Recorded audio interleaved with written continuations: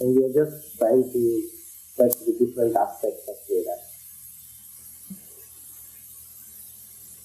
Just introduction. So we call it advanced lecture series, but this is really speaking elementary lecture series, introductory. The main name is right, introductory. So there are few things which we must know. As God is eternal, knowledge is eternal.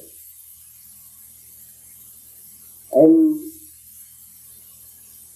I told you in previous lecture, in the creation of the beginning, this in Veda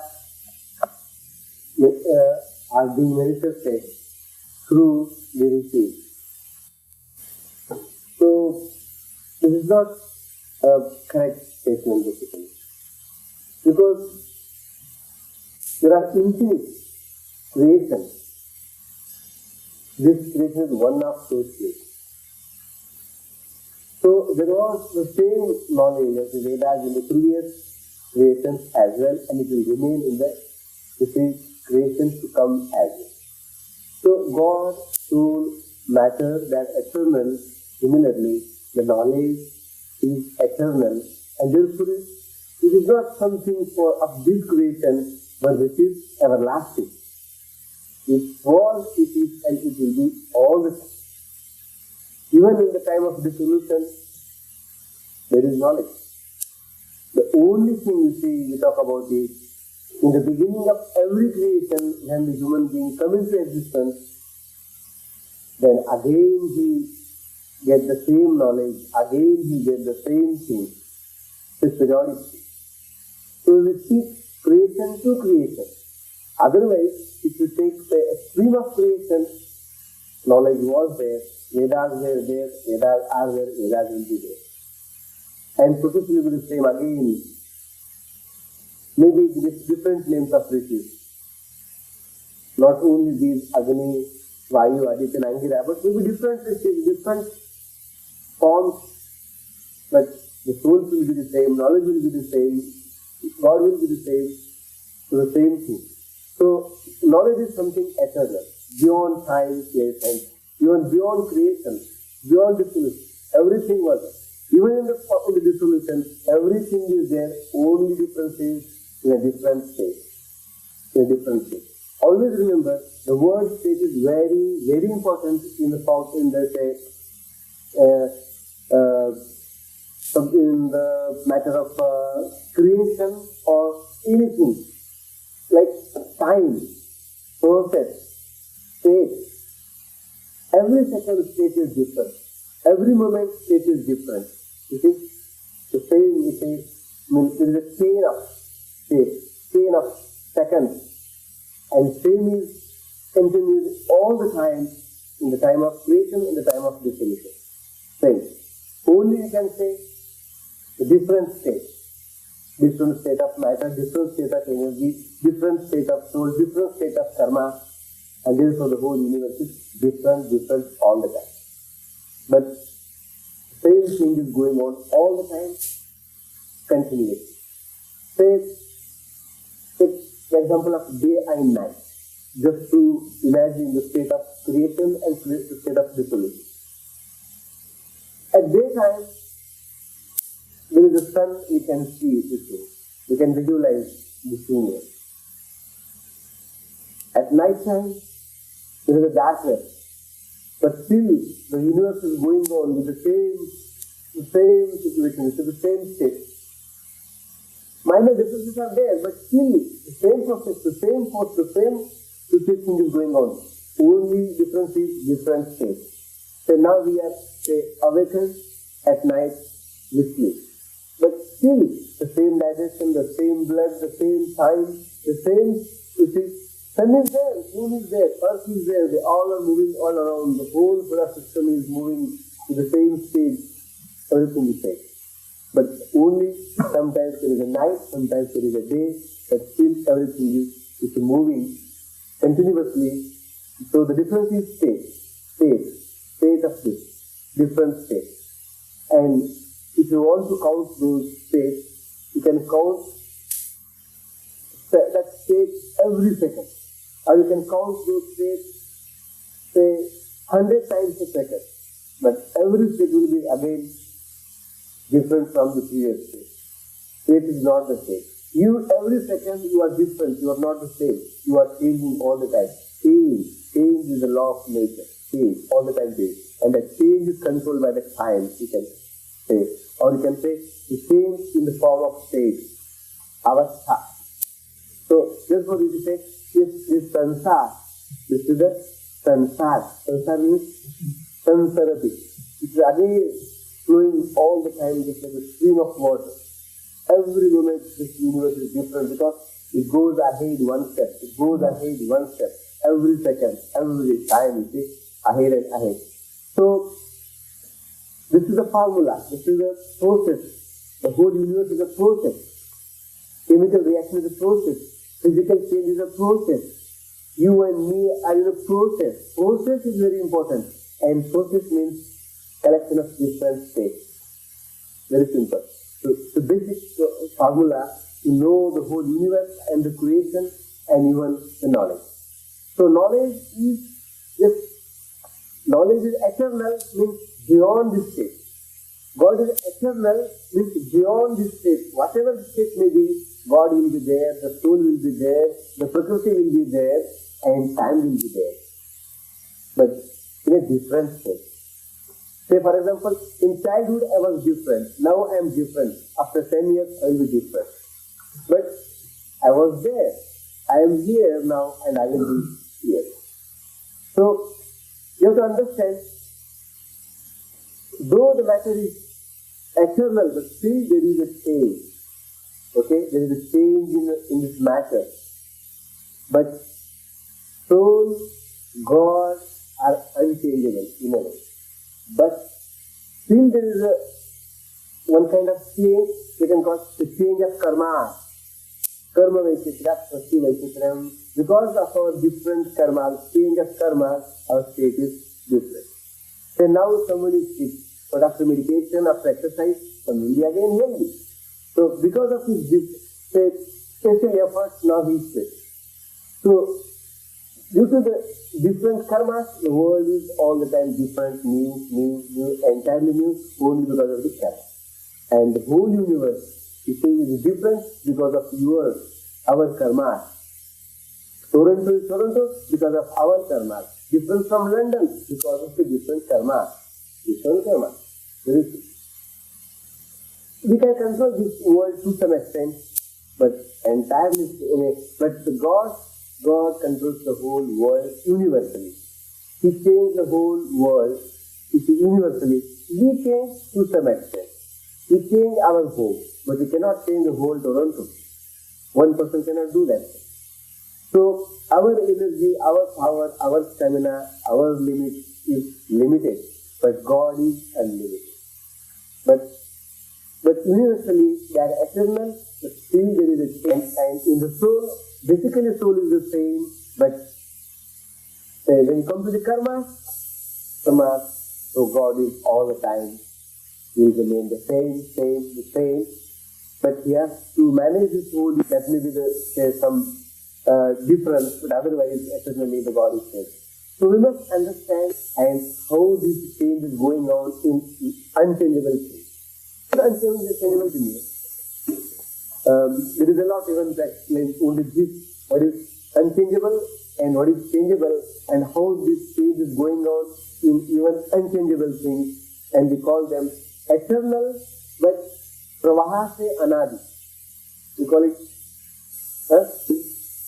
like a stream is there. Change is there, but still Prakriti is the same. Basic Prakriti is the same. Say for example, gold is same. Sometimes we make different amounts, but the size and shape of the gold is different all the time. Same is the case. Prakriti is the same, but there is a change. A change in unchangeable Prakriti. Soul is unchangeable, but there is change because of its different karmas.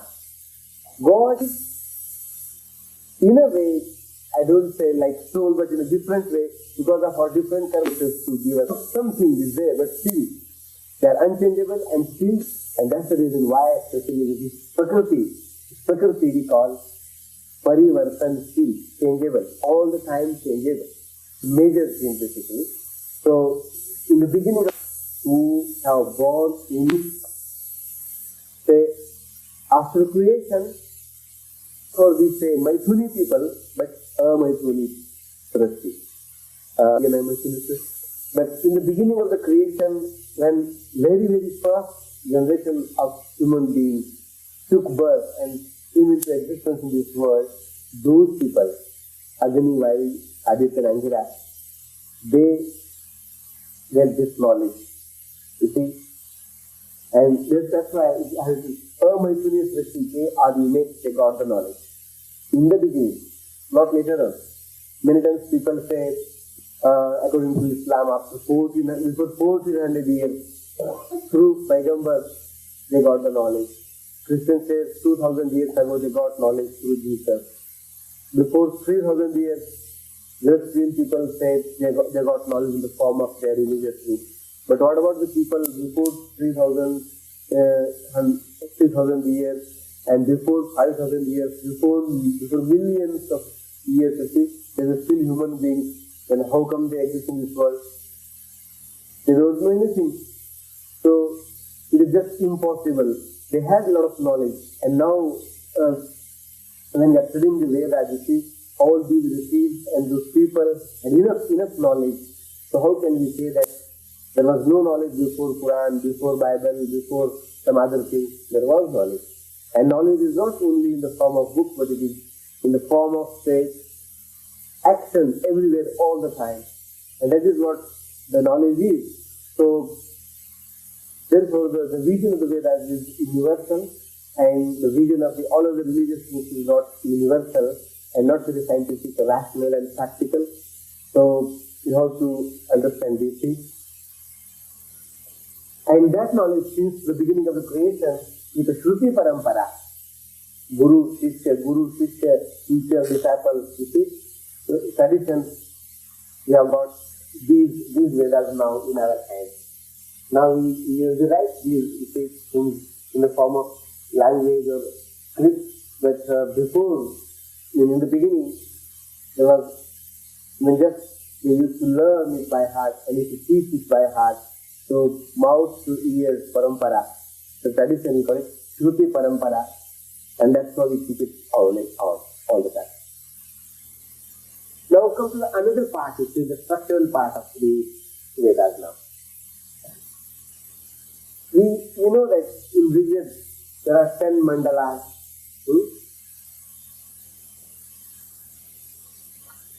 I have written here, okay. I mean, in the beginning, this is just got that knowledge through manifestation. But there is no mandalas like Adhyay and Archika or like Sukta, Adhyay. There was nothing like that. Just you see, they got that knowledge. They experienced something in this universe. But in the later stages, they all collected that knowledge, those mantras together, and according to the subject, they have classified those in 10 mandalas, and then suktas, and then archikas, then adhyayas, anuvak. This classification is done later on. But basically, just knowledge, just mantra. Classification is done later on. Rigveda, Yajurveda, Samveda, Atharveda.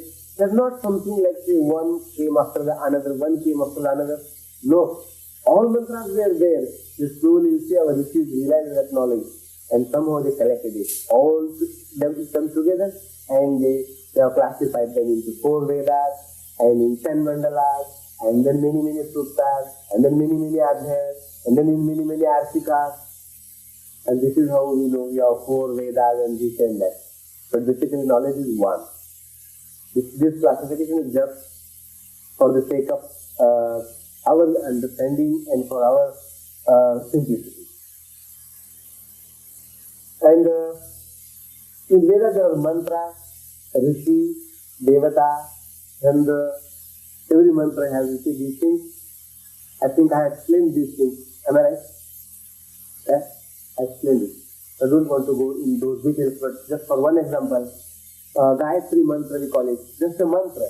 But if you have the meter, Gayatri, and Rishi is Vishwamitra, and Devata is Savita. Unless and until you know the Chanda, the Rishi, and the Devata, you cannot explain properly. You cannot understand the message of the mantra. And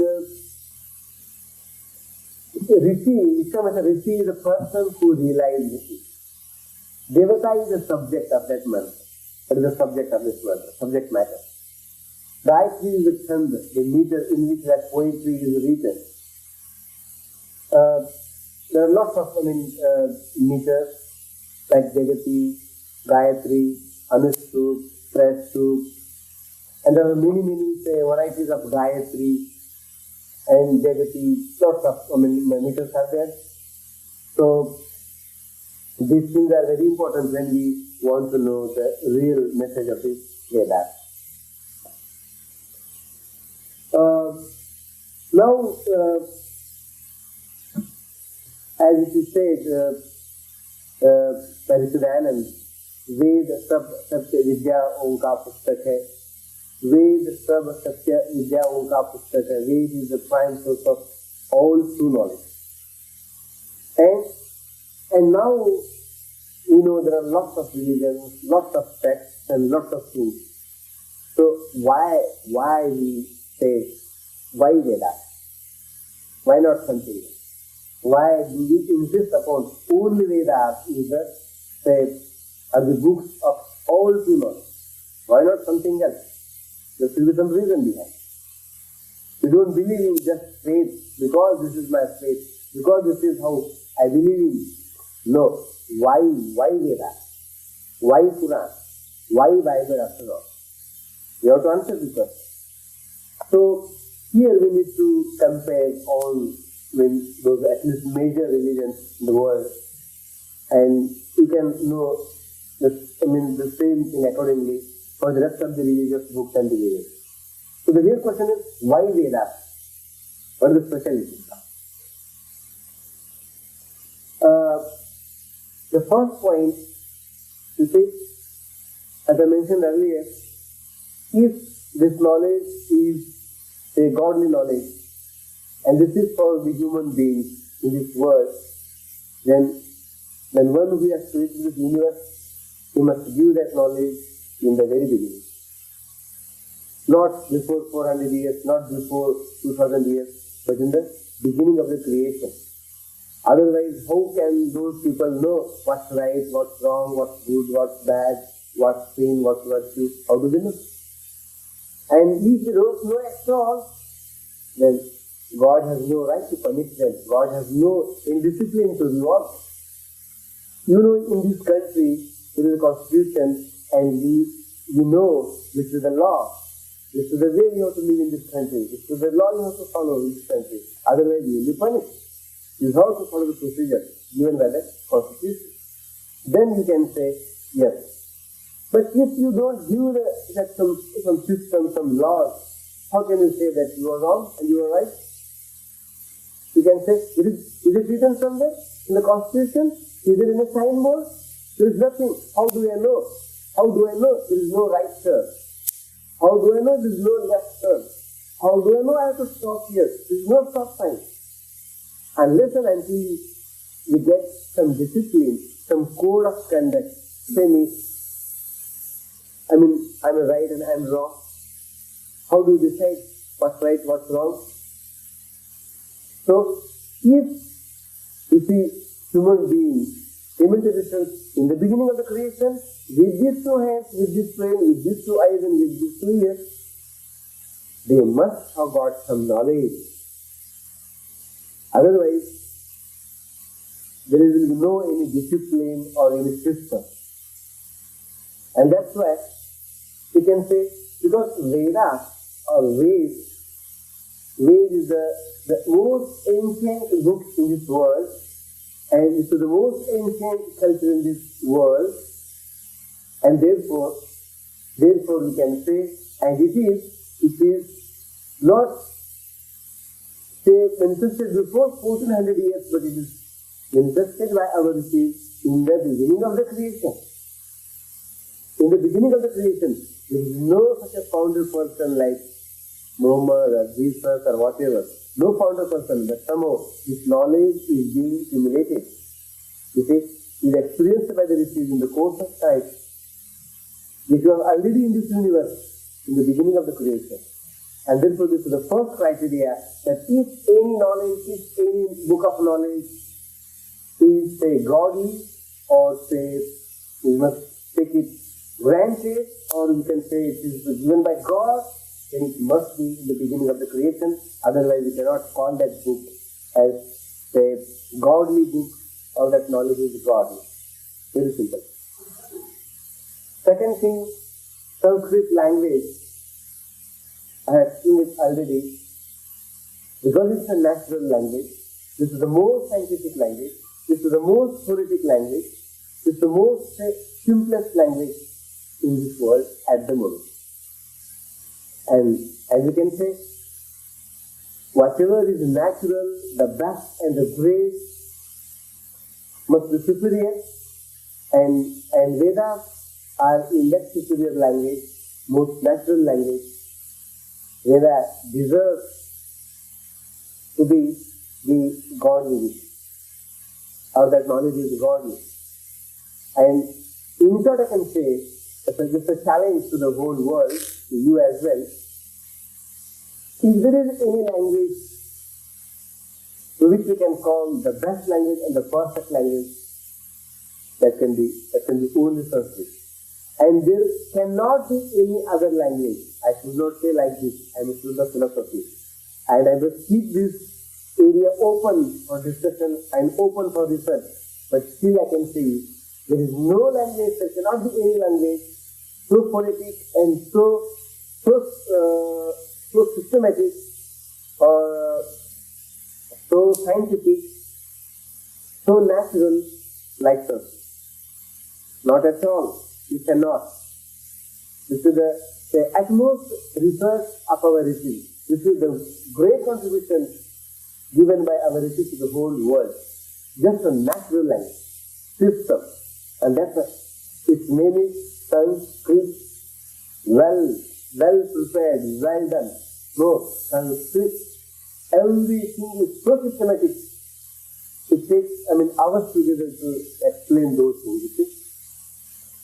And that's why Sanskrit itself is the one criteria to say why Vedas are so important and so great and why godly. Because this language is a godly language, divine language, Deva Bhasha, we call it Rishi Bhasha. You see? So you can ask me questions later on. Even now, if you cannot stop, available to ask me questions.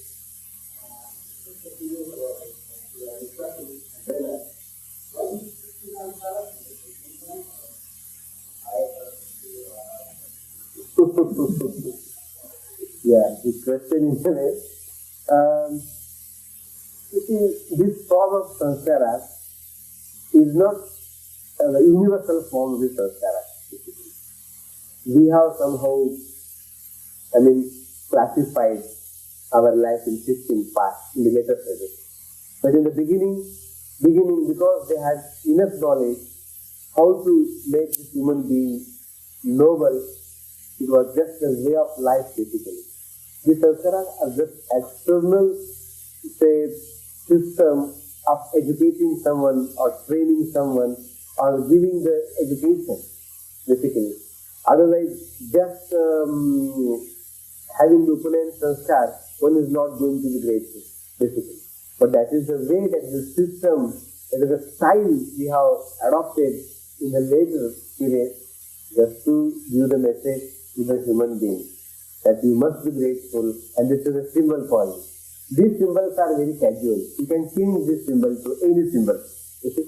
So before Israel, the sanskar system was different. Even now, the Puranic sanskar system is different from our sanskara. And even now, different pandits follow different systems, different things. So this is, made by human beings. So it's different all the way.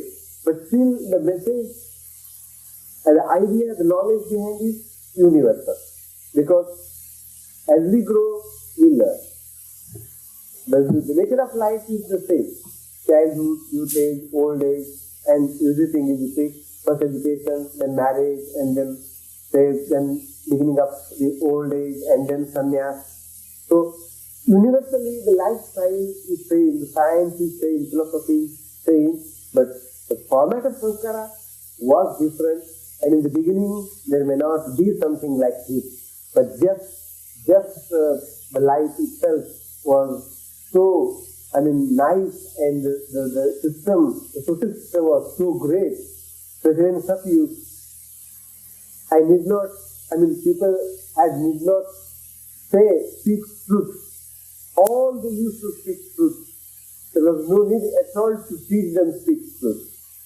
So everybody was grateful. I think there was no need of doing educated sanskar. Things were already there in the system.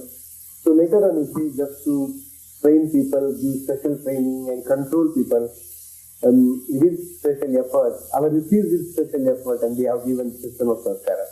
The sanskar system is not, was the same all the time, but different system. In a different form, you can say, but not the same, exactly the same. Even if Rishi Dayanand writes the same sanskar within now, he will make lots of changes. I think so. Some improvements will be there. So, the sanskaras are secondary things. Just a means. Yes, you want to say. Good. You make me talk something more than my subject, yeah? So third point, why Vedas? How Vedas are different from all other religious books? After all, we should answer the question. We cannot say, because this Veda is ours and you believe us, you follow us. No. Vedas are universal because there is no history in the Vedas. That's why Vedas stays existence in the beginning of the creation. In Bible, there is a history. In Quran, there is a history. In all other religious books, there is a history. In mythology, in Quran, there is a history. History means just somehow there was a king, he had two queens, and one queen had three children. Two of them were daughters, one was son, and another queen had no son at all, and somehow she died without any progeny. Just something, whatever happened, you see, just whatever happened. There was a big Mahabharata, and many people died in it. I don't know why, who died, I don't know. Just something, somehow, whatever happened. You cannot say everything happened was right, good, or bad. No control over history. Somehow, it is just flowing like the air, but no control. Not something ideal all the time. History cannot be good all the time. History may be bad, history may be good, right, wrong, hatred, jealousy, battles, anything. How can you say Mahabharata is the book of religion? Lots of bad things are there, lots of good things are there. That cannot be the religious book. So, no history book can be the religious book, or the book to which we can say something universal, something scientific, something rational, something godly. But somehow, many people impose on Veda that there is a history in the Veda. But Rishi Dayanand has proved it, now you can study. There is no personal name, there is no geography, there is no something, personal story like all other religious books. Therefore, only Vedas are the universal because they are historical books full of battles and lots of things and many things are bad. You cannot take each and every word of that religious book is universal or something absolute. But when you come to Vedas, each and every word, sentence, mantra is rational, must be full of absolute truth. Very simple. And that's why it's a big difference between all of the religious books and Vedas, and that is Veda is not a history book. And that's why we can say Veda, because Veda came into existence in the beginning of the creation where there was no history at all. There was no history. That may be the beginning of the history, but there was no history. And Veda, therefore, is not a history book, but just a book of philosophy, book of knowledge, book of statement. Gayatri Mantra is not a part of the history, just a phrase with a lot of knowledge. No philosophy, no historical touch, no geographical touch, no personal touch, but just universal touch. Gayatri Mantra is evergreen all the time.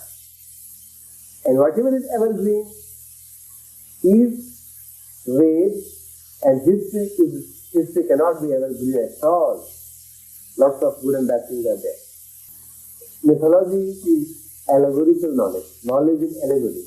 But we ordinary people, at the moment especially I can say, we don't know how to read mythology. We just take each and every sentence like the universal truth and forget the allegory. The exaggerations, imaginations. Well, even in this time, there are people who are totally uneducated. There are people, but in general, they need faith to be reinforced. Their faith to be reinforced, and these stories help them to do just that. Yes. So the case of, for example, stories of Panchatantra are very useful. You can learn a lot from. Yeah. But it doesn't mean that tiger was speaking and a crow was speaking. You see, a rat was speaking. One must remember that Vishnu Sharma, when Vishnu Sharma wrote this Panchatantra, he had 3 very wayward children to teach, and they couldn't understand what he was saying. So he had to bring examples from things that they can understand. The children really think tiger was singing the Sanskrit slook in Anustuk and in such a nice way. I don't think so. Yes. So many times you fail to understand mythology. I don't condemn mythology, I respect mythology, but read mythology as mythology and read Vedas as Vedas. You never condemn it. Say, for example, when you read the stories of, say, Hanuman and Kumbhakaran, and lots of mythological characters, you cannot take them as a literary truth. Somewhere you have to take the essence and leave the remaining things as a part of poetry, as a part of story, as a part of pleasure. Essence you have to take it and you have to do another thing. But anyway, it is nice to know the difference between Vedas and the mythology. Both are for our sake, both are to make things simple, but the styles are different. If you miss the way of reading, if you miss the style of reading the mythology, you may go wrong. And we have gone wrong many times when we come to mythology. And that's the reason why blind faith come into existence in our especially culture. So, but we respect both. They are ours. They are very, very useful. They give us message. They teach us lots of things. But even when we should know Vedas are Vedas and mythology is mythology, there is big difference, and difference is the style. And we must read with the same style when there is no confusion whatsoever. Very simple. Say for example, God is one. But when you when you come to the mythology, Vishnu Puran people say only Vishnu is God, and few Puran people say only Shiva is God. When you come to some other Puran, they say Matsya Avatar is the only form of God. So in different things they come up, and we cannot keep the balance and we go wrong. So otherwise, we respect both. We respect both. The same way Bible says only Jehovah is God, and Quran says only Muhammad, Allah is God. They are all simple names of the same one God. Yeah, God is depending on the time and place where these things were conceptualized. Okay. The idea was to glorify that particular aspect. But you see, though God is one, but the conception, the ideas regarding God are not the same. If God is the same, all must have the same conception, the same understanding. Hold on a second. If I had an apple in my hand and I held it here, and I asked everybody in this place to describe that apple, I get 10 different descriptions of the same one apple. Everybody sees the same apple. Not you and I and no one else can see it exactly the same way with everything. And God is the oldest being on earth. There have been thousands of millions of people before us who have conceptualized Him, who have thought about Him, who have meditated upon Him. And they have come up with what their idea is or what they thought it was. They wrote it down. So does it mean? It doesn't mean that they're wrong. Does it mean every view, every conception of every person in this world regarding God is nothing but right? No, I cannot say that. That's why I say we have to say, make the difference between what statement is right, what statement is wrong. Why after that? You see, the truth says, take any subject, just truth. Truth is not just based upon what you and me think. I agree. Truth has cause and effect. I agree. Yes. Something objective based upon causation. What you and me think is just immaterial there. So, yes, truth has many aspects, but truth is very hard, and we have to prove that this is right and this is wrong, whatever extent you and me know, using our intellect. We just cannot leave it free and open to say people, yes, because you think like that, this you are right. No, we believe in only one truth. Truth, always truth. No personal view. So this is very hard there. Not which said allude there. So even this becomes very sterile in that way. You see, and this is my whole. But we will, discuss over it. Yeah. I'll be very happy to think over these kind of things. Okay. This is what our main purpose is. I agree. Because I believe in truth and only truth, and I want to come to the conclusion. I don't want to say because we are different, truth is different. No, truth is one. Though we are different from each other, background is different, experience is different, still somehow things are somewhere you see real, and reality is after all one. We should always try to come to that reality, or confusion or contradiction. I don't want any contradiction. If there are two contradictions to statements, it's my duty to make it sure which is right and which is wrong. In Bible, at one place it says, you confess, I forgive. You see, at one place. And some other place, whatever you do, you reap the same. As you sow, so shall you reap. So just let me know two statements. One, you confess, I forgive. And another, as you sow, so shall you reap. Two statements in one Bible. Say, two people have two statements, for example. Now you just tell me, whom should I say right and whom shall I say you are wrong? And after all, why? Should I accept both statements, or should I analyze them? Should I use some criteria? And should I say someone you are wrong? Should I say someone right? Or I can say, so it is just beyond my capacity. I cannot say anything. You may be right, you may be right. As one of the priests told me, both statements are right. I asked him, which is right, which is wrong. He said, both statements are right. And in English I said, my head is working still.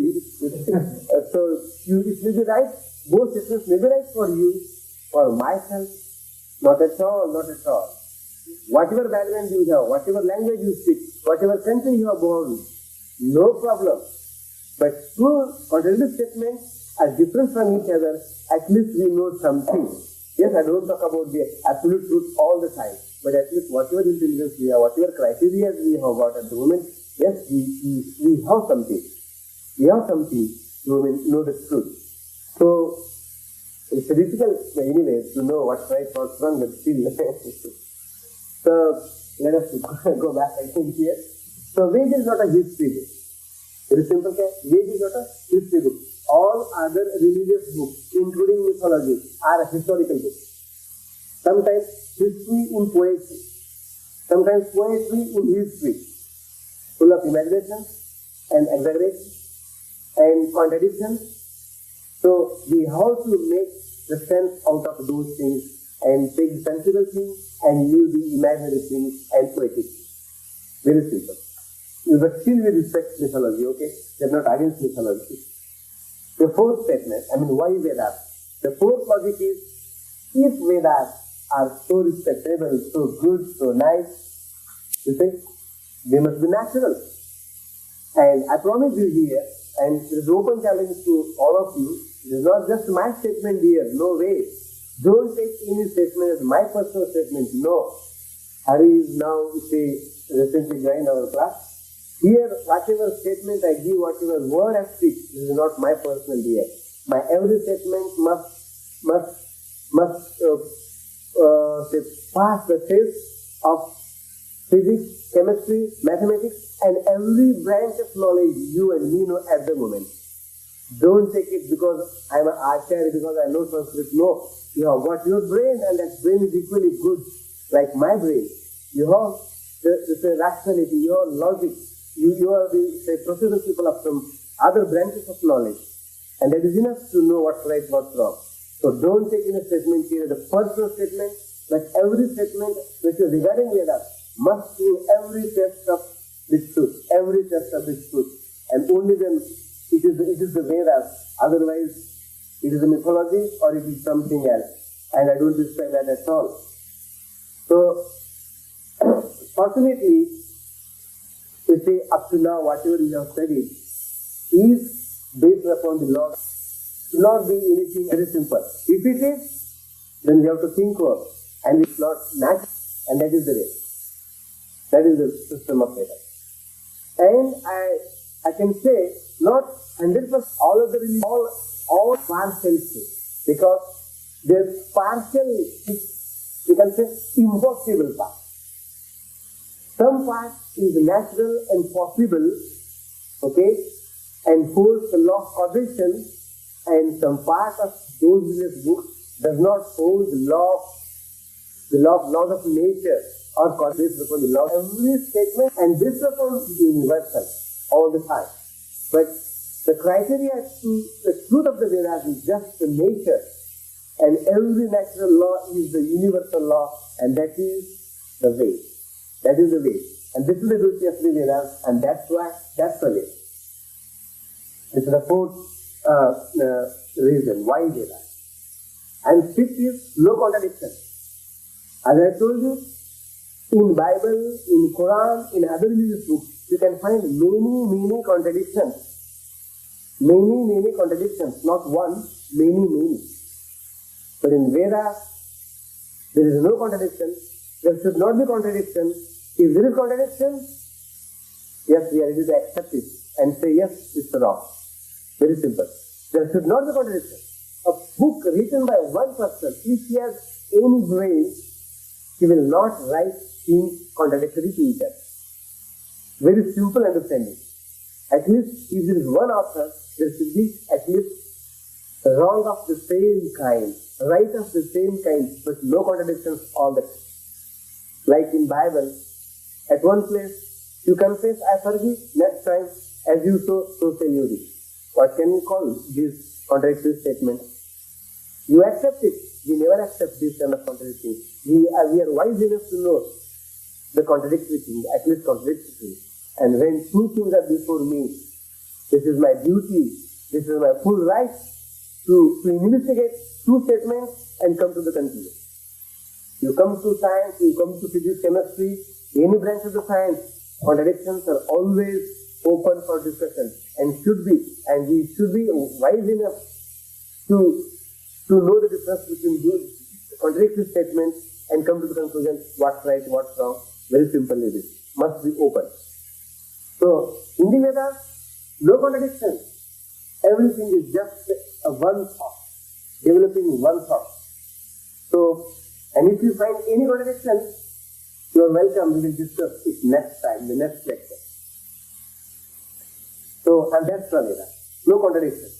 Very simple.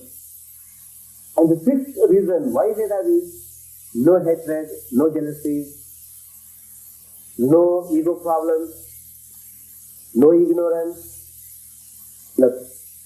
You see, jealousy, hatred is something regarding the ignorant people. You see, unwise people. But if Veda is something noble and godly, how can we expect these kind of hatred and jealousies and ignorance? You see, it cannot be there. And it should not be there. And we never find in Vedas, I should quote lots of mantras and lots of quotations from different religious books, but I'm not going to do that because it takes a lot of time. In short, I can say for example, in Vedas it says, just Manur Bhava, Trinavanto Vishram Aryam, like Vasudhaiva Kutumbakam, like make this whole world is one family. Make this whole world noble. When you come to any other religious book, they say, no, make the whole world Muslim, make the whole world Christian, make the whole world Buddha, make the whole world Jain. Their interest is their own religion. You see, they have great respect for their own that religious book or the religious teacher or whatever their religion is. They need to convert people to that religion only. We Vedic people, we Hindus, we never say be Hindus, and that's why you can notice it now even. We never try to convert people, but we say, so long as he is a nice person, no matter what religion he belongs to, we should respect each other. We never fight. In India, lots of differences, but still we never fight among ourselves. And see, the Shia and Sunni, when they come to Shia and Sunni, they are exactly the same like Hindu Muslims, Muslim Christians. So, even in Christianity, among themselves there are lots of differences, and there is no adjustment at all. There is no erasure at all. No, whatever is written is no right to work, not at all. Whether you like it or not, accept it or not, you have to accept it. You have to follow it. Very, very easy and very strong. No right to change. Acharya, the Pakistani Muslims and the yes, they have this deep hatred for each other. Because of the Quran and because of the Muslims. That's the reason. Karma. Whatever you do, no matter when you go to heaven, next to God there is Muhammad, and you know who is Muslim, who is Hindu. And he will say, he is Hindu, let him go, excuse him. No. Yes. Very simple. The whole Quran is only for those who believe in Quran, who believe in Muhammad. The whole Bible is only for those who believe in Jesus, really believe. I know one sentence, that's why I will tell you. Because there is a sentence. You can open the Bible and you can see Matthew verse 6 and 7. Be not deceived, God cannot tell he also is. After a comma, especially the rest. I promise you, dear Hari, there is nothing like specially for Hindus and for Indians and for Vedic and for Puranic. Nothing like this. I think this is not even in Gita like. And why we believe in something? Why do we? So for everyone. And this is a Vedic drishti. And that is for Hindus are different. Lot different. For them, one is Christian and brothers. They are your enemies. And you treat with them, accuse them. You are intellectual people here. I'm just comparing my topic is why Vedas, why not Quran, why not Bible, why not Veda? Veda is way different from Ramayana, Mahabharata and Puran and everything. Only Vedas. My statement is why only Vedas? Very simple. So no hatred, no jealousy for anyone. Just Trinavanto Vishram Aryam. सारे संसार को आर्य बनाओ, noble बना दो. And this is the universal attitude of the Veda. And then seventh one,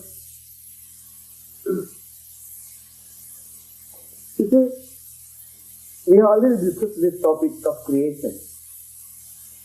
Every religious book has its own philosophy of creation, own imagination of creation, own ideas regarding creation. For the sake of my convenience and for the sake of your interest, if you compare all the different thoughts of creation, different theories of creation, I promise you, only theory of Vedas is, scientific and rational. All other theories regarding creation are just imaginary and not scientific, not rational, and we cannot accept it. So, if Ved means knowledge, of the Vedas God is in the beginning of the creation, and if that knowledge is godly, if that knowledge is really rational and scientific, it must be really rational and scientific. And I have already explained these things. Only the theory of the Vedas of creation is, I can say, the most rational at the moment. I can say this much. The most rational, the most scientific at the moment. I don't want to prove it now again, because again I will go back to the creation. Already we have discussed the creation for at least 10-12 hours in the last lecture. So, the theory of creation in itself is a great contribution and speciality of the Vedas, and because it is very rational and very natural and very reasonable, we say only Vedas, not anything else.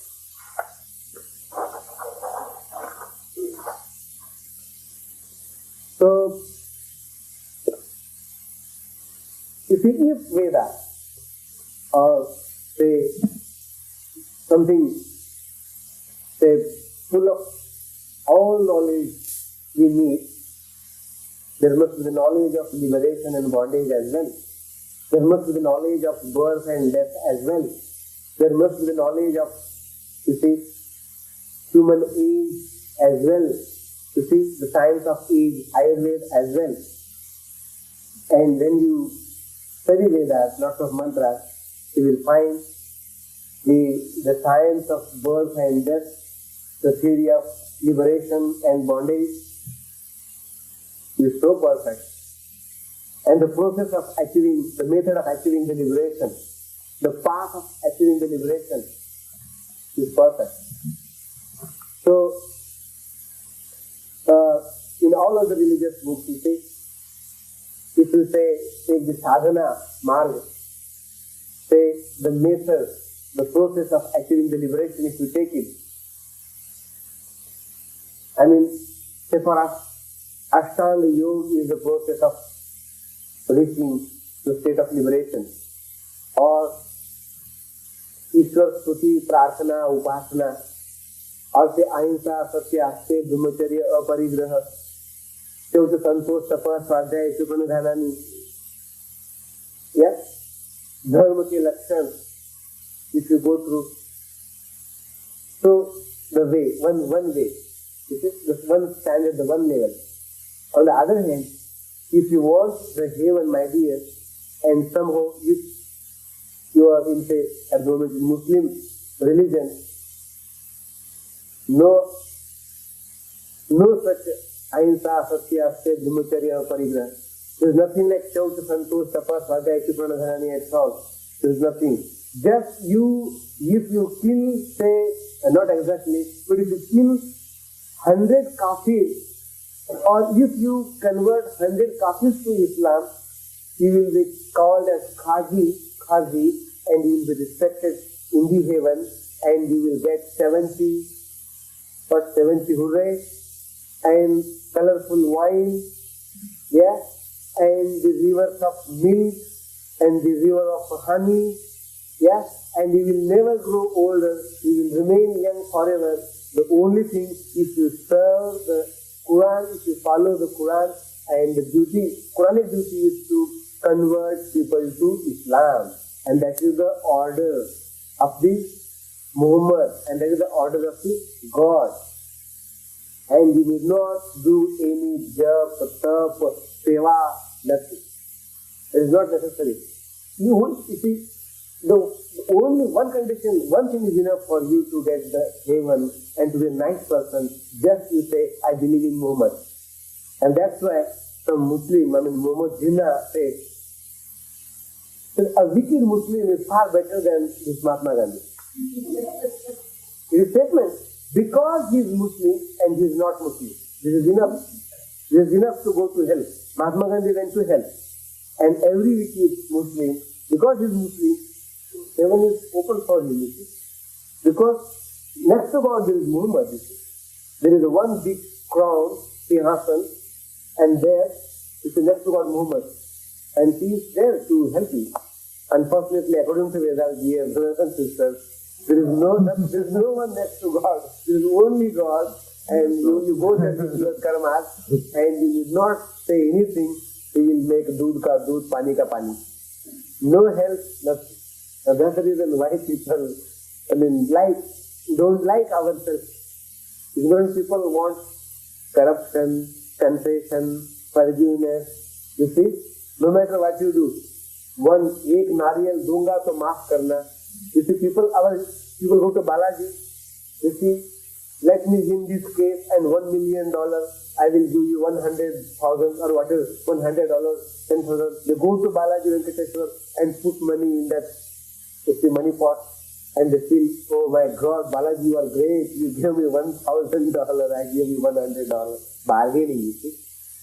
Fortunately, in the philosophy of Karma Siddhanta of the Vedas, there is nothing, something like that. But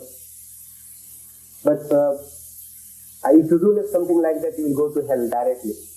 There will be no Acharya-ji, there will be no Panditaji, there will be no Rishi Dayanam, there will be no any Rishi Angira, Vayu, Aditya there to help you.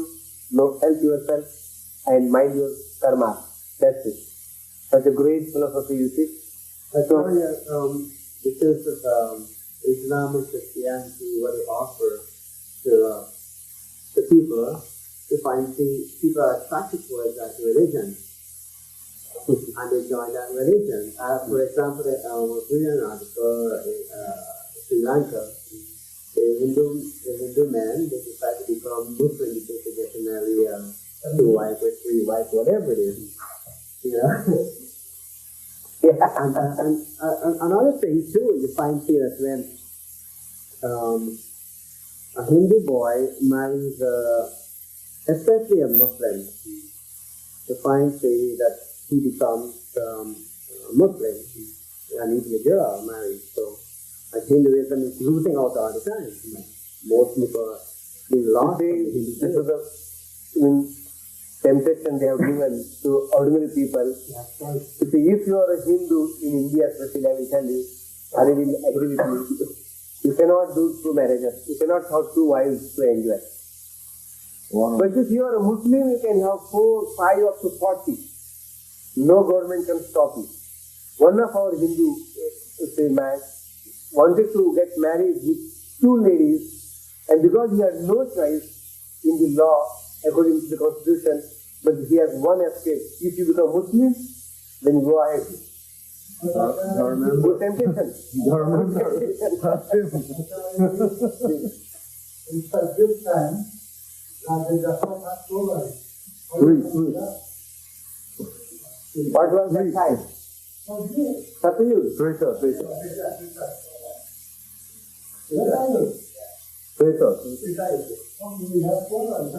Three. Yeah. We have no restrictions, you see. Now, according to the present constitution, I am telling you, there is a restriction. Hindus are not allowed to get married twice, and Hindus are not allowed to produce more than 2 or 3 children. Otherwise, there will be no increment, there will be no promotion. Okay? But if you are a Muslim, because you have so many wives, you see the lesson or you didn't see it? but if you are a Muslim, you can produce as many children as you want. No, you see, the kings of those times were allowed because of progeny. They wanted heirs to their throne. Or in our Dharma, you say, in our culture, there is no restriction, need is important. Say, if your first wife, no children. Second, gone. If your second wife, no children, try third one. There is some reason basically. But not because for first wife you have two kids, there is no one to look after two kids, have another marriage.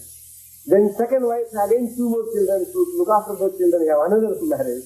And just for the pleasure, they keep on doing marriage and these temptations you see, attract people, get converted into other religions. But unfortunately, it is not practical, it is not going to work anyway. So it's a big subject, I don't want to go into those details. Otherwise you may think I'm criticizing other religions. Sorry, I'm not criticizing, I'm just comparing. If you want to read the difference between, read the books of their religion. So ninth, why Vedas? This is the difference between our path of liberation and their path of liberation. Okay? So, and this is why we call only Vedas can be the universal books and the book of universal religion, Vedas. So, ninth point is the Ved is for all, not for only believers, or for all. And if it is something great, noble, and you say we got it in the beginning of the creation, certainly at the time there was no Christians, no Muslims, nothing. It was just for all. Just for all. The book for all must be universal and that knowledge must be got in the beginning of the creation. Very simple. And as I told, in the Satyug, there was no hatred, no jealousy. Everything was very normal, very simple, for all. No fighting, no this kind of thing. So because Veda is for all, because there is no any proof to say Veda is only for the Hindus or for some community, for some country, or for some time period. No way. But all other religions except Vedas are for very special people. Those who believe in something special. Very simple. And that's why they are communal things. They are partial things. They are not for all. And because Veda is for all, we believe in, we respect it more. Based on laws of nature, I think I explained it already. Just to give one example, even you take the astronomy, astrology, and lots of subjects, knowledge of that time is still, the same and true, basically. Now, say, for example, in Vedas, if you say, Bhu-Gol, means this earth is gold, circular, round. And in Quran and Bible, if you say, earth is flat like a mat. God just spread this earth like a mat, flat. Even now, we have no right to change. Now we know we have got the photograph, we went to, say, the moon, whatnot, and we have got photos. Christian people cannot make that change in their Quran or Bible to say, no, this earth is not flat, as it is said in the Bible or Quran, but it is, say, round or circular. They have no right. And they hanged Galileo, the Bruno, because Galileo said, if I'm right, other way, maybe it's confusing, Galileo said the earth is, not flat but round. Yeah? And people, you see, the priest of the Rome says, how is it possible? This man is going all against the Bible. It is wrong. And they just killed him and giving the poison in the court. If I'm right, Galileo said, you see, not the sun, but the earth moving around the sun. According to Bible, the sun is moving around the earth. And Galileo said, no, I went into the space and saw that not the sun, but the earth is moving around the sun and the moon is in the center. They say, how is it possible? According to Bible, the sun is moving around the earth, and they just see. And Bruno says, earth is not flat, but earth is round. So how it is possible? And the justice is killed him so cruelly, so brutally, you cannot think of. They just burned his fingers and every part slowly, like the candle. So cruelly. But in our India, in our Vedic culture, there are lots of differences of opinions and things. And some people are astic, some people are nastic, but we never fight among ourselves. Still we say freedom of thought, freedom of speech, freedom of action, take your time, think twice, don't worry, no hurry. But he is hurry. Yeah? No hurry and no worry. Yeah? So, this upon the things like this, you see, knowledge of the Vedas is always true, even now. Like Bhugol. A Khagol is also round. And we know the Surya Grahan, what do you call it? Chandra Grahan? Eclipses of the guy. Surya, sun eclipses, moon eclipses, whatever they know, still you see. Our calendar is perfect. Our Jantar Mantar system is perfect. Our observatories are perfect. How come they know without your telescope and your microscope and your whatnot? So, the knowledge based upon the Vedas regarding this eclipses, gravitational forces and lots of things are just scientific and true, even today. When we think about the creator of this universe, whatever the qualities and properties explained in the Vedas of the God, good, they just, words, they are together words to say something regarding God. But when you think over the God of all of the religious books, you see, even you cannot call him or her God, because they are so limited, so ignorant. If he is the God, creator of the universe, how come you say that he could not realize when he created our person? Eve and Adam and Eve. He created Adam and did not realize that Adam needs one Eve. Without that, he will go mad. And he realized later on, after creation, and there was nothing just to create that you. Unfortunately, fortunately, he has got a new idea. He took the rib. You see? He took a rib, and out of that rib, he makes Eve. Can you imagine? Before that, he could not realize it. Imperfect God, you see. The God of Quran. Yeah, he runs on the material. And his ideas are not according to our universe. Since the beginning, no correction whatsoever. No correction whatsoever. Just the perfect. All the time perfect. Very simple.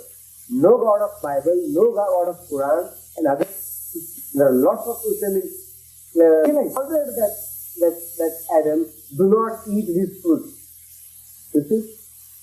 And that Adam and you disobeyed. And they ate that fruit. And he said, you all, Adam and you are the sinners. You made a big sin. And you and me are the creation of that sin. But that was the plan all along.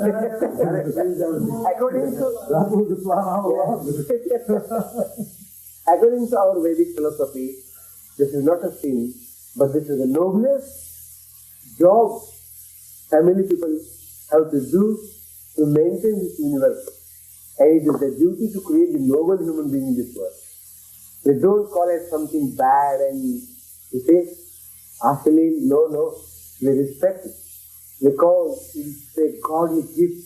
This is the wish of God that we have to create this universe. And this is the only way. The law of nature. The law of nature, law of God. They don't take it as a sin.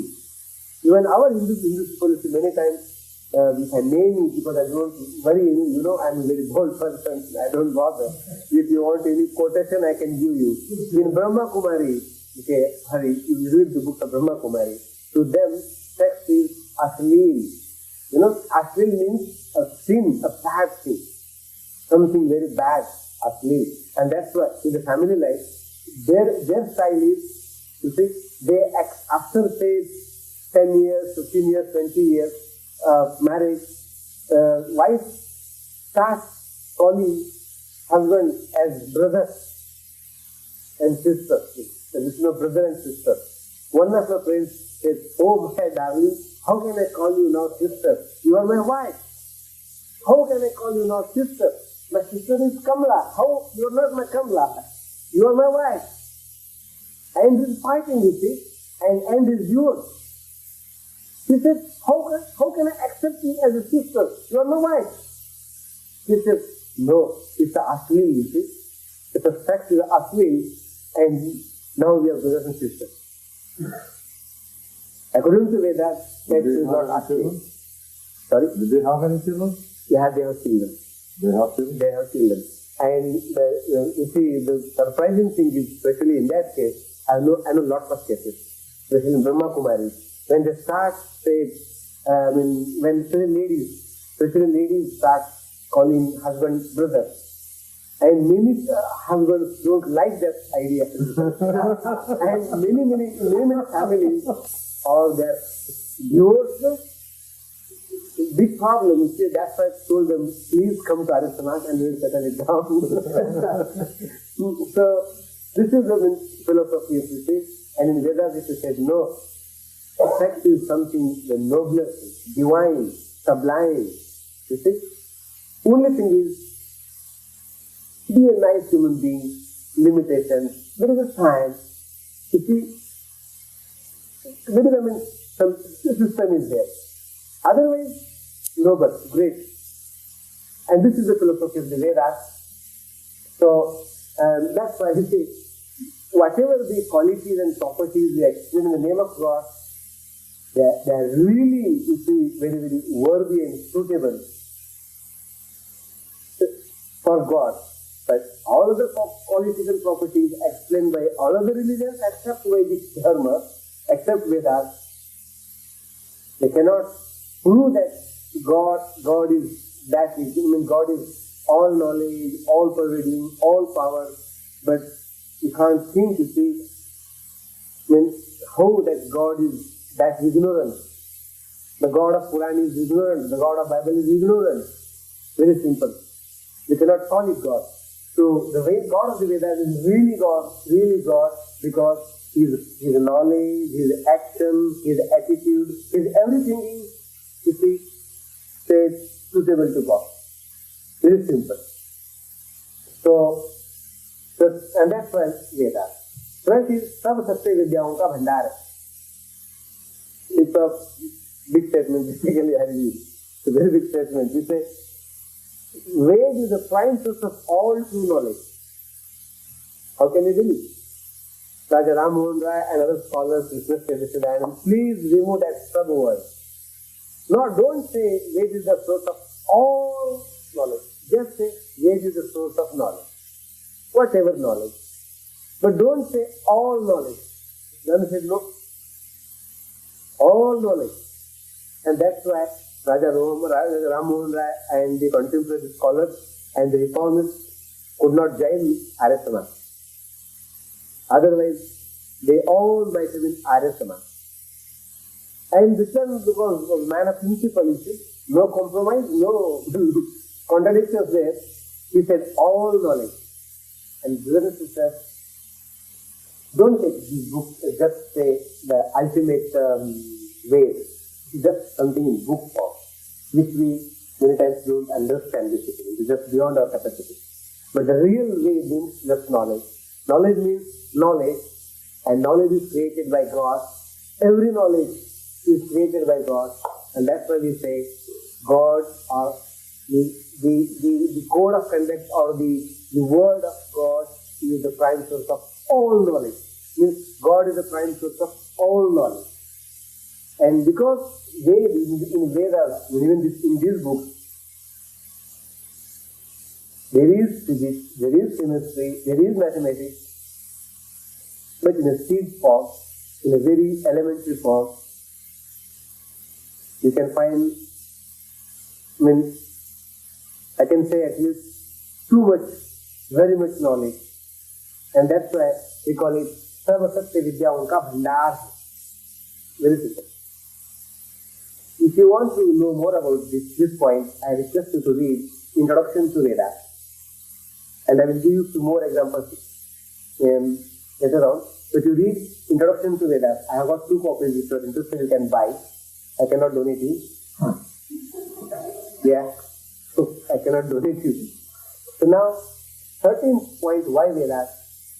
In the Veda, there are no founder person like all other religions.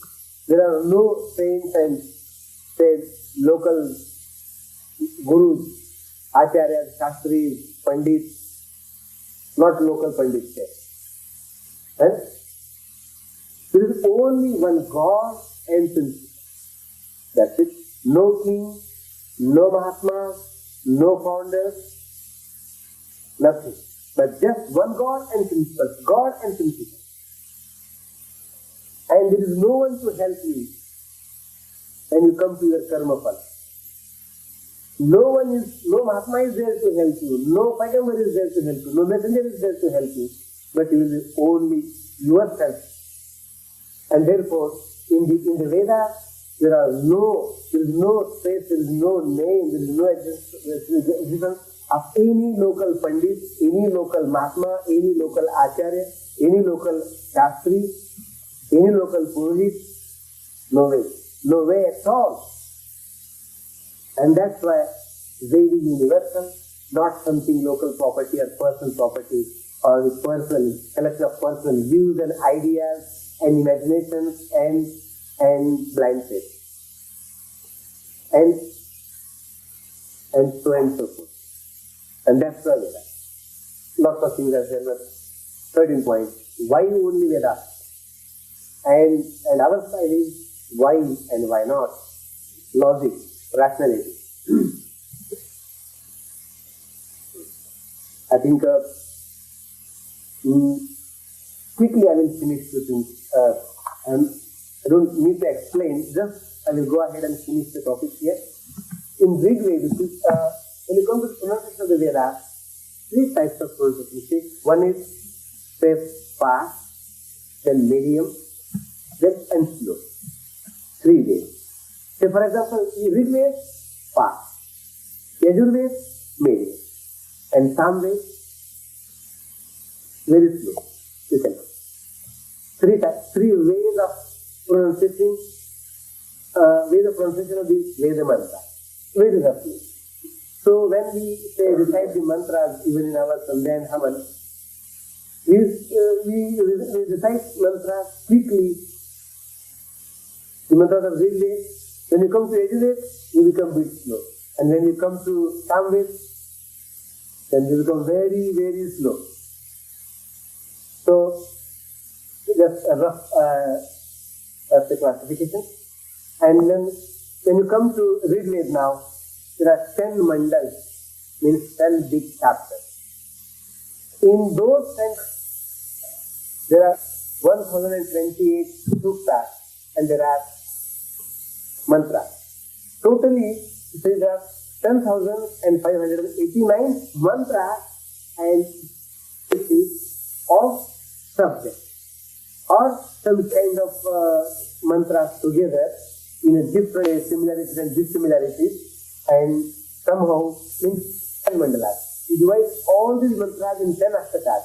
You divide all these mantras in 64 adhyayas and 85 anuvads and 1028 suktas. Classification is not very important, but helpful. Even you can study these things with forgetting all these classifications.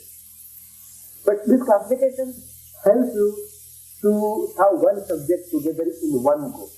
Say, Nasaji Sukta for the creation. For the creation. Say, this Sukta is for the knowledge regarding the king and the people. This sukta is based upon the knowledge of earth. This sukta is based upon the knowledge of the solar system. This sutta is based upon the dawn, Usha, the morning time. This sutta is based upon the knowledge regarding the night, Nisha.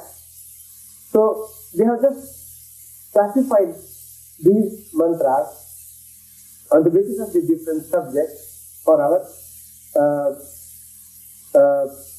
sake, for our convenience. Otherwise, in Veda there are these much richa, and in Yajurveda there are 40 adhyayas and 975 mantras. Very simple. And in Samaveda there are two parts, Purva Archika, Uttara Archika. First part, the second part. And there are total 22 adhyayas and 1855 mantras. And when you come to Atharva Veda, there are 20 chants and 24 prapathas, 111 anuvad, 760 suttas, 730 words, and number of mantras is, rityas is 5,977. So now you know, Rigveda is the biggest one. Okay? Then Atharvaveda, and then Yajurveda, and then Samveda, mantra-wise, the number-wise. Lots of mantras are, repeated. The mantras of the Rigveda are, some mantras are in Yajurveda, same mantra is in Samveda, same mantra may be in Atharvaveda, so some mantras are repeated, you can say. But repetition is only in the process of classification. And it is based upon the different aspects, say, sometimes physical aspects, sometimes spiritual aspects, sometimes meditation aspects. So based upon the different aspects, subjects or classification, they have put those mantras, some mantras in different Vedas as well, but that repetition is not, say, the repetition, but they are knowingly classified and put there just for our convenience. Gayatri mantra is Gayatri mantra. Though it is in Rigveda, it is in Yajurveda, it is in Samveda. But that is Gayatri mantra. But when you come to the Rigveda, we take it as a Jnana Kand. When we come to Yajurveda, we explain it like, say, Karma Kand. When we come to Samaveda, we explain it, say, on the basis of Upasana Kand. Vision is different, same mantra, but otherwise Gayatri mantra. That this repetition is not the repetition, but just for the sake of classification and our convenience. Knowledge cannot be repeated, and we need not say the same thing twice, unless there is any reason. So, this is something about the number, okay? You know that the God of the Veda is perfect, we human beings are imperfect. So, and 8 types of Veda part. Veda part means the way we recite the mantras. There are 8 types. Jata, Mala, Shikha, Lekha, Dhvaja, Danda, Ras, and Ghana. There are the 8 ways of reciting Veda mantras. We don't know any of them at the moment. I myself, and even in Arya Samaj, I don't know any name who know these 8. Even one who knows even one way of reciting Veda mantra. No. We have just lost it, and we are not doing any effort to preserve that knowledge. Somehow in South India, some Brahmin families, they have preserved that knowledge of the Veda part, and I think this is the duty of Arya Samaj to do something in this direction, but we don't know at all. This is the way our rishis used to recite the Veda mantra. This is 8 Vedas: Jata Path, Mala Path, Shikha Path, Lekha Path, Dhvaja Path, Danda part, Ratha part, and Ghana part. This is how they preserve that knowledge of the Vedas. Neither you can add something nor you can take something. You cannot make any even printing mistake as well, because otherwise you cannot do that part. You see, whenever there is a confusion between the part of the mantra, whether this mantra is perfect or not, correct or not, how to know? Rishidanand used to call the Veda Pati, and he requested him, please recite this mantra according to the Jata part and check it whether it is right or not. Then recite it according to Mala part and check it whether it is right or not. And they used to check the Veda mantras with the help of these 8 types of Veda parts, and they used to say, yes, this mantra is perfect. Our Sanskrit students now know, if this slok is understood slok, there must be 4 parts, 8 words, and you must be able to sing like Kaka Krishna, Pika Krishna, Ko Veda, Pika Kaka Yoho. It must be like this. If you cannot sing like that, means there is something wrong. There must be some more words, wrong matras. Something is wrong there. You have to check it. Whenever we check the slokas, we just sing the slokas and say, oh, there is something wrong. Something wrong, I cannot sing accordingly. Just by singing the way the past we used to know whether this mantra is right or not. And Siddhananda checked all these mantras just to say, following the different age Veda paths. Even the Siddhananda, I think he did not know all the part of the Vedas. He took the help of the Veda Pati many times. And I want to finish it quickly. In the beginning, in the ancient time, our people used to remember the Vedas. There were, say, 20 families who used to remember the Vedas. It was their duty to maintain, to remember the Vedas. We call them 20 shakhas. And every family, which is somehow in the course of time, they were different from each other. Little bit differences were there. So we used to say, which shakha do you belong to? And they follow accordingly. So Yajurveda, there are 100 families or 100 shakhas. They used to look after the Yajurveda. There are 999 shakhas of the Samaveda, branches of the Samaveda. Same Samaveda, but those, say 999 families used to continue that tradition of the Samaveda. And there were some differences. And there are 8 shakhas of Atharveda. But they are not available now. They all are not available now. At the moment, you see, there are only 2 shakhas of Rigveda available. Shakal and Vaskal. 2 shakhas are available. 2 branches are available. And we don't know about the remaining 18 branches, 18 shakhas. They are not available. When you come to, say, Yajurveda, there are 2 shakhas, Shukla Yajurveda and Krishna Yajurveda. Shukla Yajurveda and Krishna Yajurveda, 2 main branches. And Shukla Yajurveda have 1 branch, Kanava Samhita. That 1 shakha is available. And of the Krishna Yajurveda, is the 3 branches are available, Kathak, Maitrayani, and Taittiriya. 3 branches are available at the moment. For example, say 1 shakha reads Shodashaha, another shakha reads as Khodashaha. The same word Shodashaha, another shakha reads it like Khodashaha. Such small differences are there. Of Samaveda, out of 999, Kautumi, Jaiminya, and Ranayasir, 3 branches are available, shakhas are available. Of Acharya Veda, Shaunak and Piplas, 2 shakhas are available. And remaining shakhas are not available at all. So we don't know about them anything.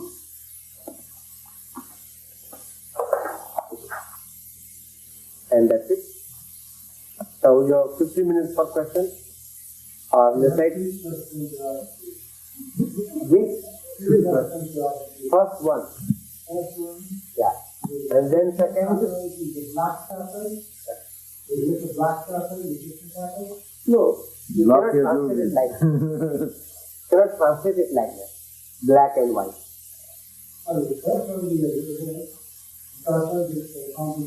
Yeah, Krishna, yes, but the translation is not good. Black Krishna. Say for example, Krishna says Arjun. You cannot translate it like black. Black means Arjun. Say Krishna. And how do you get the Brahmanas in the Veda? Akbar, Brahman, Acharya Brahman, how do they get there? You see, we will discuss that. We will discuss them after, after Vedas, we will discuss Upanishad, Brahman, and Aranya in the next lecture. But somewhere in there, what you show is going to reach. But then the law, as you sow, so shall you reap, is universal, equally good for children, for young youth, for elderly people, for Indians, for Americans, for Canadians, for British, everybody. As you sow, so shall you reap. Today, tomorrow, in the future. Okay? And another, you see, no forgiveness. They come to the nature. God means come to the nature. When you come to the nature, there is no forgiveness whatsoever. And this law holds good for all the time, for past, present and future, for any part of the country, for any creature of this universe. There is no other chance, there is no other case, there is no other aspect to this statement but that universal statement. No forgiveness whatsoever. Every action has an equal and opposite reaction, no exception, no concession whatsoever. Sorry? Yeah, according to Veda. According to Veda. And therefore, all the philosophies on the basis of this philosophy is nothing but wrong. Absolutely wrong. Okay, sorry. No tolerance, zero tolerance. So, yes, it is true in many aspects, but sometimes, no way, just we come to the conclusion, just zero tolerance, finish. This is the conclusion, this is the result. And somehow, fortunately, we have got some intelligence to say something this is right, this is wrong, at least sometimes. I don't say all the time we come to the conclusion, but sometimes at least we say this is right, this is wrong. And if it is not, then what is the use of this mathematics, studying mathematics? What is the use of studying science? What is the criteria of physics, criteria of chemistry, criteria of knowledge? Then everything will be just bogus, you see, just imaginary, and maybe a Godspot. You see, there is a Godspot, everything Godspot. So after all, criteria is there. So, any more questions, quickly? Yeah. Yeah. 2 questions at a time. I cannot be going fast. Okay, knowledge. I'm a little confused. Was knowledge present at the very inception of creation, or did God create the knowledge? That's simple. Knowledge and energy and matter and God and soul and Prakriti neither can be created nor can be destroyed. They are eternal, means they were before the creation, they are in the time of creation, they will be in the next creation. They will be in the time of creation, they will be in the time of dissolution. So they're there all the time. All the time. So why do you specifically say God, soul, and matter is true, eternal, Yes. excluding knowledge? It's a good question. That's my question actually. How to put it, you see? When we say God is eternal, soul is eternal, Prakriti is eternal. And there are only 3 entities, you see? So the question is, truth, knowledge is also there. Yeah? So why can't we say there are 4 eternal? And once knowledge is eternal, ignorance is also eternal. Yeah? Right is eternal, wrong is eternal. Yes, you see. But they are not the entities. We can call them entities, physical entities. There is just a law. There is just a law, a rule. Okay, a discipline. Discipline is not something, a material thing or some existence like Prakriti, like soul, but this is a knowledge, you see, and knowledge is something different. say we cannot count knowledge as the fourth eternal thing. That we cannot count it like that. Otherwise, we can count lots of things. But the untruth is also again universal. Then truth is universal, untruth is universal. Yeah. So